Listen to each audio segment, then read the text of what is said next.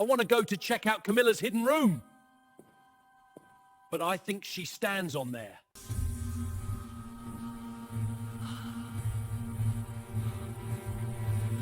It began with a sound, soft, metallic, almost too faint to notice. Prince Charles paused in the quiet hallway of their private estate, the kind of silence that makes your skin tighten as if the walls themselves are listening. Camilla had been slipping away for weeks, always with gentle excuses, always with a calm smile. But tonight, something felt different. He followed the sound, a locked door, a room he didn't even remember existing. And when he finally stepped inside, when he saw what Camilla had been hiding from him, his entire world cracked in one breath. A husband's trust. A queen consort's secret. And a truth no royal guard was ever trained to protect. Before we dive deeper, you love emotional royal family stories. Mysteries hidden behind palace walls, and the kind of twists only real human hearts can create. Make sure to hit like, subscribe, and share this video with someone who follows the royals as closely as you do. It really helps us bring more incredible stories straight to you. Let's go back to that hallway. The countryside estate felt unusually still. That week so still Prince Charles could hear the clock in the west corridor ticking from 3 rooms away. The estate was never loud, never chaotic, but this silence felt curated, like someone had pressed pause on a world that normally moved in soft, predictable rhythms.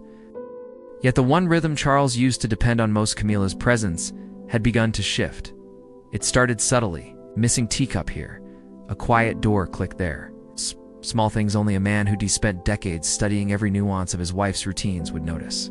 Camilla had always been steady, grounded, a woman who carried her responsibilities like a second heartbeat. But recently, she moved differently. Her days had gaps, hours that dissolved into thin air the moment he tried to ask where she had been. "Just a walk, darling," she'd say with that warm smile. "Or reading. You know how I get lost in my chapters." Or the gentlest one, "Don't fuss so much. Right here." Except she wasn't. And he wasn't imagining it. Royal guards weren't supposed to look nervous.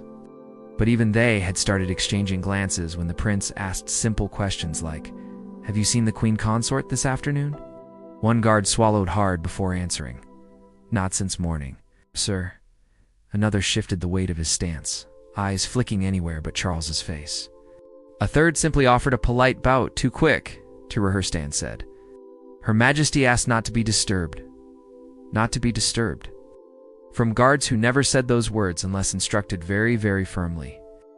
The air in the hallways changed after that. Something invisible pressed on the staff, making them walk with quieter feet, speak with softer voices, and avoid lingering in any corridor too long. Charles felt it every time he stepped into a room, like conversations had been happening seconds before.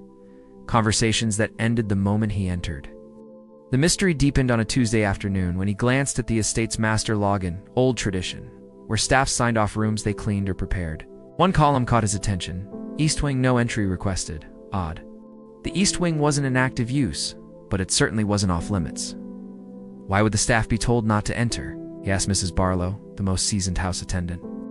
A woman who'd served the royals long enough to know every whisper behind every curtain.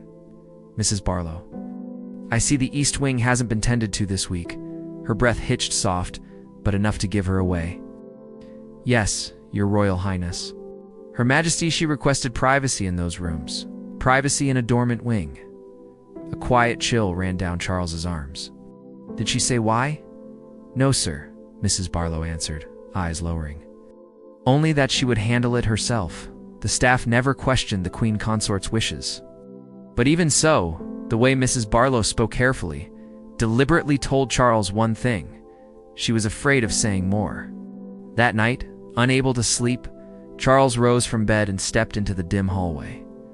He wasn't sure what he was looking for. Maybe a sound, maybe a clue, maybe the simple truth. But something inside him insisted on moving. A faint glow spilled from the far end of the corridor. It's not bright enough to be a lamp left on by accident. This glow wavered, flickered softly like candlelight. He walked toward it, slow and quiet, the wooden floor creaking under his feet. Halfway down the hall, a shadow drifted across the sliver of light. A figure, a familiar shape. Camilla. She moved with purpose-measured steps. careful breaths as she disappeared around the corner toward the east wing. Charles froze, heart thumping hard against his ribs. Why would she go there at this hour? He followed, staying far enough behind so she wouldn't notice, but close enough to track her faint, ghost-like movements. The air smelled faintly of lavender, her perfume guiding him down the cold corridor.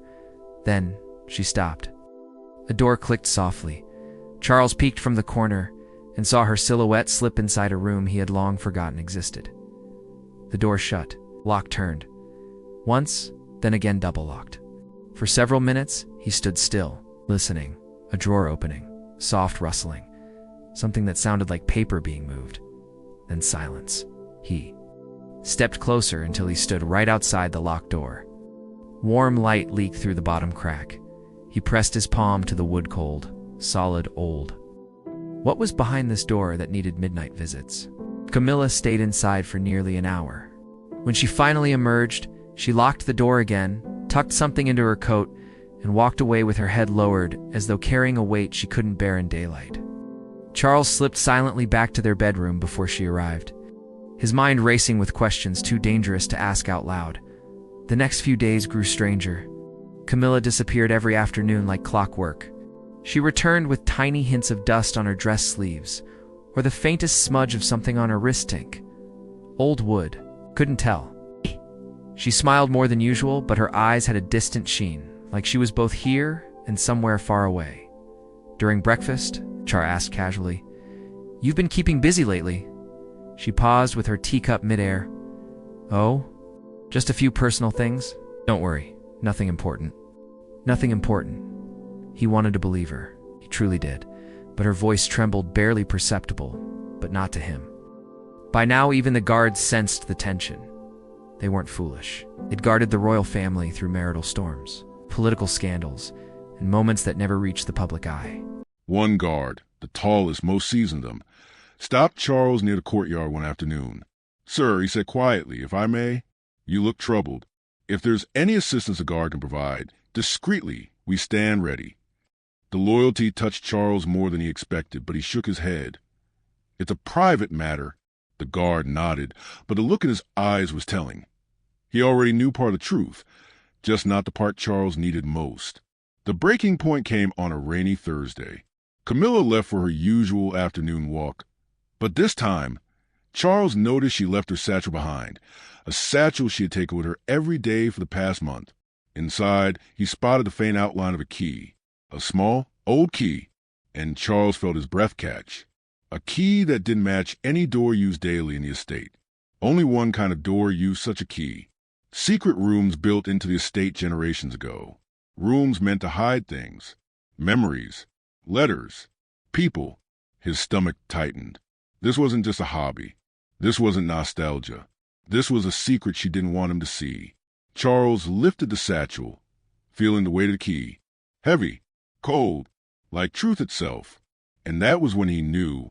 Whatever waited behind that locked door in the east wing, it wasn't small, it wasn't harmless, and it wasn't something he could ignore any longer. The vanishing hours weren't random. They weren't innocent. They were the beginning. Of what? He didn't yet know. But he would, very soon. The east wing had always felt like another world. Cooler, quieter, burdened with a kind of old soul heaviness that time never quite touched. It had been built in an era when royalty wanted escape routes and sanctuary rooms, long before modern security systems and steel-reinforced safe chambers. Few people alive even remembered its original purpose. Charles certainly didn't. Not until now. He stood in the narrow corridor with the satchel in his hand, that cold little key pressing against the canvas from inside, a relic of a door that no longer belonged to the modern rhythm of their home. Yet Camilla had been slipping behind that door every afternoon, like a ghost returning to its unfinished business. He turned the key between trembling fingers, staring at the dark oak surface of the door. A door he hadn't touched since he was a boy. A door he barely remembered. Its carvings were faint now, delicate twisting vines worn smooth by time. But the lock? That was newer, polished, recently tended to. A quiet message. Someone had been taking great care to keep this room sealed. He exhaled slowly and slid the key into the lock. A soft click answered him, but it held a weight far heavier than any sound he had ever heard. The weight of a truth finally breathing. He pushed gently. The door opened into darkness. Not dust, not disuse, not the cold emptiness he expected. The air that greeted him was warm, recently inhabited, lived in, touched by someone who had stepped inside only hours ago. He entered, closing the door behind him. The room didn't belong to the present. No, it felt like stepping into a memory someone had desperately tried to keep alive. Lamps with golden linen shades cast a soft glow across velvet curtains. A rug, Persian elegant hand-woven, covered nearly the entire floor. A faint floral scent, old but unmistakable, lingered in the air. And everywhere, there were pieces of Camilla's heart. Along the walls hung photographs, hundreds of them, arranged with careful precision. But they weren't from her years as a duchess or as the queen consort. These were older, much older, taken long before she had stepped into the public eye beside Charles. Camilla laughing in a summer field. Camilla drinking wine at a garden party. Camilla in a navy blue coat beside a man Charles did not know. Charles felt something heavy shift in his chest. The man appeared again and again, young, confident, standing close to her as though the space between them belonged solely to the two of them. He had the kind of easy charm that photographs never fail to capture. And in every picture with him, Camilla's face carried a brightness Charles hadn't seen in years, maybe ever. He walked closer, the floorboards creaking under his weight. A date in faded ink rested beneath one of the photos. 1973. His heart tightened. Camilla had never spoken much about that year. She'd always brushed it off as a quiet period, a transitional phase of her life. But these pictures told a story very different from quiet. This was a love story, a private one, a fierce one, a forgotten one. He picked up a photo resting on a side table, a Polaroid of Camilla sitting on a wooden fence, leaning her head against that same man's shoulder. They looked inseparable, the kind of inseparable you only experience once in a lifetime. Charles set the photo down carefully, forcing himself not to let emotion swallow him whole. He needed clarity. He needed to understand. Across the room stood a writing desk, old oak, polished by loving hands. Organized on its surface were letters, envelopes, and stacks of handwritten pages tied with ribbons. The ink on some pages was decades old. Others looked fresh. His fingers brushed a newer envelope at the top of the stack. Camilla's handwriting. Yesterday's date. He hesitated. Every instinct told him not to read it. This was her private world, her hidden space, a sanctuary of memories she had chosen not to share. But another instinct, older, deeper, whispered, "You deserve to know." He unfolded the letter. "My dearest Andrew, I find myself drawn back to this room again today. It feels like the only place where the pieces of me still make sense. I hope you are well, though I know we no longer speak as freely as we once did. But I can't deny it. I still think of you, far more often than I should." Charles felt his throat tighten. "Charles is kind," she wrote, "and our life has steadiness and duty. But sometimes I feel like I slipped into a role that wasn't meant for me. When I'm here, surrounded by what we once were, I feel alive in a way I haven't felt in years." His hands trembled around the paper. Alive? She hadn't written that word in anything meant for him in decades. He forced himself to keep reading. "I know we are older now. I know we have responsibilities that can't simply be undone. But I can't shake the feeling that there was a version of my life, our life, that was stolen from us. And sometimes in this room, I let myself imagine what might have been." Charles shut his eyes, imagining a life without him, imagining a life with Andrew. The man in the photographs wasn't merely a chapter of her youth. He was a chapter, the one she had never finished, the one she had kept alive inside a locked room. He swallowed hard and opened his eyes again, drawn by something he couldn't name. He crossed the room and noticed a calendar pinned to the wall. Certain dates were circled, recent ones. Beneath the circles were tiny notations. London, coffee at 2 p.m. Meeting place unchanged. He wants to talk again. Do I dare? He pressed his palm against the calendar. steadying himself. So she had seen him recently, not just in memory, not just in old letters, in person, and she had been planning something. Something she hadn't been able to say aloud. His breath came uneven now as he stood there absorbing the room, absorbing every fragment of truth it whispered back at him. This wasn't infidelity in the physical sense. There were no signs of anything like that. But emotionally, she had walked miles away from him. He stepped back, looking around, feeling as if the years of his marriage were rearranging themselves right before his eyes. All the little moments he'd overlooked, all the times she'd seemed distant, all the days her smile held a quiet sadness he'd never understood. Until now, this room was more than a secret. It was a shrine to the life she had wanted, to the love she had lost, to the man who still lived inside her heart. And Charles, who had given her his loyalty, his devotion, his public world, felt, for the first time, like a guest in his own marriage. He stepped back toward the door, placing the letter exactly where it had been, restoring the room to its untouched order. His hand lingered on the doorknob as he whispered, almost to the walls themselves. I wasn't supposed to see this, was I? He locked the door behind him, not because he wanted to keep her secret, but because he didn't yet know what to do with it. As he walked away, one thought followed him through the silent hall. The truth hadn't just broken his trust. It had broken the future he thought they shared. The days after Charles entered the secret room felt strangely hollow, as if the state itself were absorbing his shock. Nothing outwardly changed. Camilla still took her quiet walks, still wrote her morning correspondence, still greeted staff with gentle warmth. But to Charles, every gesture had a shadow behind it now, a shadow shaped like a man named Andrew. The truth sat inside him like a stone, heavy, silent, impossible to ignore. And although he tried to mask the shift in his demeanor, the royal guard saw everything. They were trained to watch without being noticed, to protect what the public never sees, to observe truth even when spoken in whispers. And one guard, in particular, had been watching Charles closely.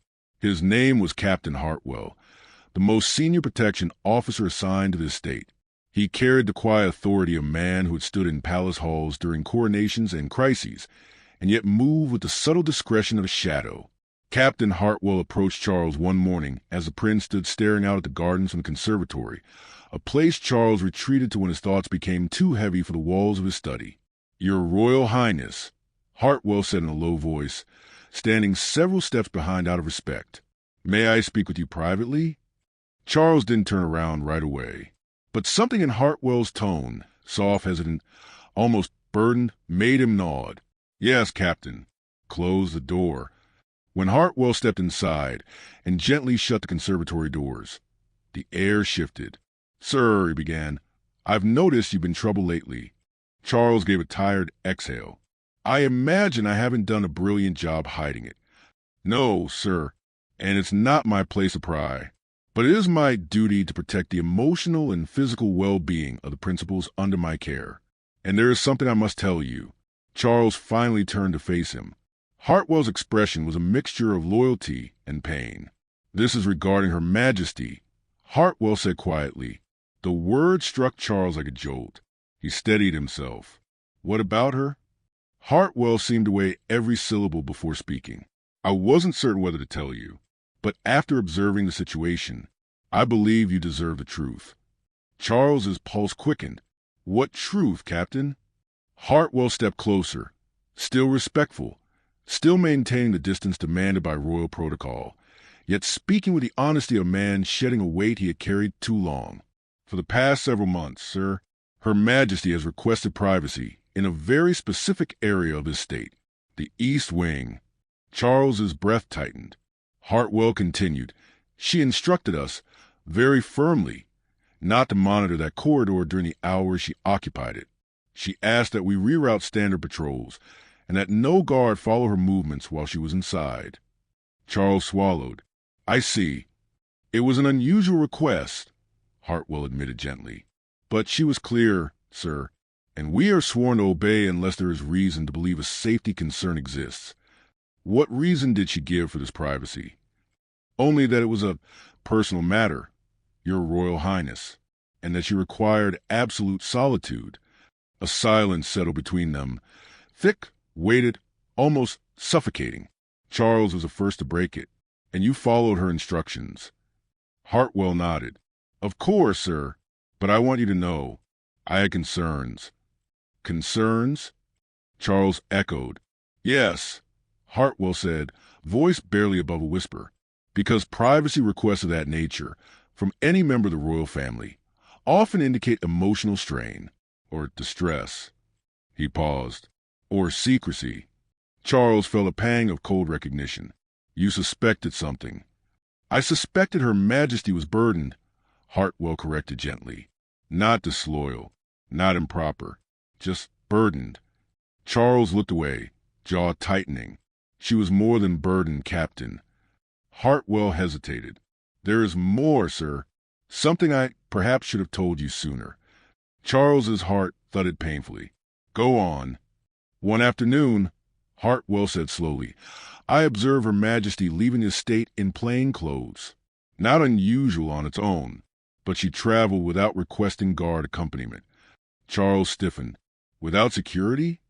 Hartwell nodded. She insisted it was a private visit and asked for absolute discretion. Where did she go? Hartwell swallowed, eyes lowering. To London, sir. To a small cafe in Kensington. Charles felt the world narrow. And she met a man, older, distinguished, slightly gray at the temples. They spoke for nearly 2 hours. A cold ache spread across Charles's chest. And you didn't inform me? Hartwell's expression tightened with guilt. Sir, she was adamant. She said this meeting was deeply personal. And she asked for my silence, not out of defiance, but out of urgency. She looked torn, heartbroken even. Charles pressed a hand to the back of a chair for balance. Hartwell continued softly. I didn't know who he was, but judging by her demeanor, he wasn't a stranger. Charles's voice cracked. He wasn't. Hartwell's eyes flickered with understanding. You know him, sir? I know of him now, Charles said quietly. I found things. His voice wavered. Memories she kept hidden. Letters. The captain's shoulders dropped with the grief of a man who wished he could shield his employer from pain. I am sorry, sir. Truly. Charles closed his eyes, feeling a deep ache swell inside him. Hartwell's voice grew even softer. What I witnessed that day, it wasn't a affair. It wasn't betrayal in the physical sense. It was two people with a history. A painful one. A history unresolved. Charles felt tears sting the edges of his vision. Rare, unwelcome, but impossible to hold back. And she's been reliving it, Charles whispered. In that room, in those letters, in those meetings. Hartwell hesitated, then spoke the truth gently. She is a woman torn between duty and a past she never healed from. That doesn't excuse the secrecy, sir. But she seemed lost. Charles's throat tightened. And what am I in all this, Captain? A duty? A comfort? A placeholder? Hartwell took a slow breath, then answered with the honesty Charles needed, even if it hurt. You are her stability, sir. Her future. But whoever he is, was her beginning. The words pierced Charles more deeply than any accusation could. A beginning. A love untouched by titles, responsibilities, or expectation. A love she grieved enough to build a secret sanctuary for. Charles looked out the window, watching a pair of guards walk the perimeter, oblivious to the fragile storm swirling between their prince and his wife. After a long silence, Hartwell spoke again, soft, careful. What will you do, sir? Charles didn't answer right away. He felt too many emotions, grief, betrayal, compassion, anger, but beneath them all, a quiet truth had formed. I have to speak to her, he finally said. Not as the prince, not as a husband, but as the man who has loved her for years and deserves honesty. Hartwell bowed his head, relief and sympathy blending in his expression. Whatever happens, sir, you will not face it alone. Charles nodded gratefully. But deep inside, he knew the truth. Some storms, even with a guard protection, must be walked through alone. The night Charles finally chose to confront Camilla was one of those quiet English evenings where the world feels wrapped in stillness. as if the sky itself was holding its breath. Rain tapped against the window pane, soft, rhythmic, steady, almost like a warning. Camilla was sitting by the fireplace in the drawing room, the warm glow brushing over her face. She looked peaceful, almost ethereal, turning the page of her book with gentle fingers. But Charles knew the truth now, and peace for him had evaporated. He walked in slowly, each step carrying the weight of every unanswered question. Camilla looked up, smiling softly. "You're quiet tonight. Is everything all right?" Her voice, steady, warm, familiar, almost broke him. He sat across from her, taking a moment to steady the tremor in his breath. "Camilla," he said, "we need to talk." Something in his tone made her freeze. The way her fingers stilled, the book tightening in her hands. It was small but unmistakable. She sensed something had changed. "What's on your mind?" she asked gently. Charles inhaled deeply, then began, not with accusation, not with anger, but with the trembling honesty of a man cracking open the seams of his own heart. "I feel like I've been losing you," he whispered. Camilla's eyes widened, not in guilt, but in pain. "Charles, no. You haven't." "I have," he insisted, voice breaking. "Little pieces of you, hour by hour, afternoon by afternoon, moments that used to belong to us." He swallowed hard. "And I know where they've been going." A shiver passed through Camilla. The fire crackled. And suddenly the room felt far too small for the truth that hovered between them. "Charles," she whispered, barely audible, "please tell me. What do you think you know?" He closed his eyes briefly, trying to summon courage from somewhere deep inside the part of him she had once made feel young. "I know about the room," he said softly. "I know about Andrew." The book slipped from Camilla's hand and fell to the floor with a dull thud. Silence swallowed everything. Her eyes filled instantly, not with denial, but with heartbreak. A heartbreak that had clearly lived inside her long before this conversation. "Oh, Charles," she whispered, "you weren't supposed to see that room." "That much is obvious," he said, voice trembling. She looked down at her trembling hands. "I never meant to hurt you." "But you did," he whispered. "Not intentionally, not cruelly, but deeply." Camilla pressed a hand to her mouth, tears spilling despite her attempt to stay composed. "I thought I had buried that part of my life. Truly. But when Andrew wrote again after so many years, I didn't expect it to shake me the way it did." Charles felt something inside him crack open. Pain, yes, but also compassion. "Why didn't you tell me?" Camilla's voice broke. "Because I didn't want to reopen old wounds. Not his, not mine, and certainly not ours." Charles leaned forward. "But you did reopen them, Camilla, alone, quietly, in secret." She nodded, tears streaming. "I know, and I'm so sorry." He breathed in slowly, battling the storm inside him. "Did you meet him?" Her silence was his answer. Charles's hands tightened around the arms of the chair. "And your letters? Your thoughts? Your memories? All those afternoons?" Camilla closed her eyes, tears falling freely. "I was trying to understand myself," she said softly. "I want to let go, but part of me never healed. I never stopped wondering who I might have been if life had unfolded differently. And I was never enough to replace that," he whispered. Her head snapped up. "No, Charles, no. This isn't about you lacking anything. You have been steady, kind, patient. You have given me a life of dignity and partnership. You have been my home. But Andrew, he was my beginning, my first heartbreak, my unresolved chapter." Charles's throat tightened. "And you still love him." She didn't deny it. She didn't nod either. She simply cried, and that silence was louder than any truth she could have spoken.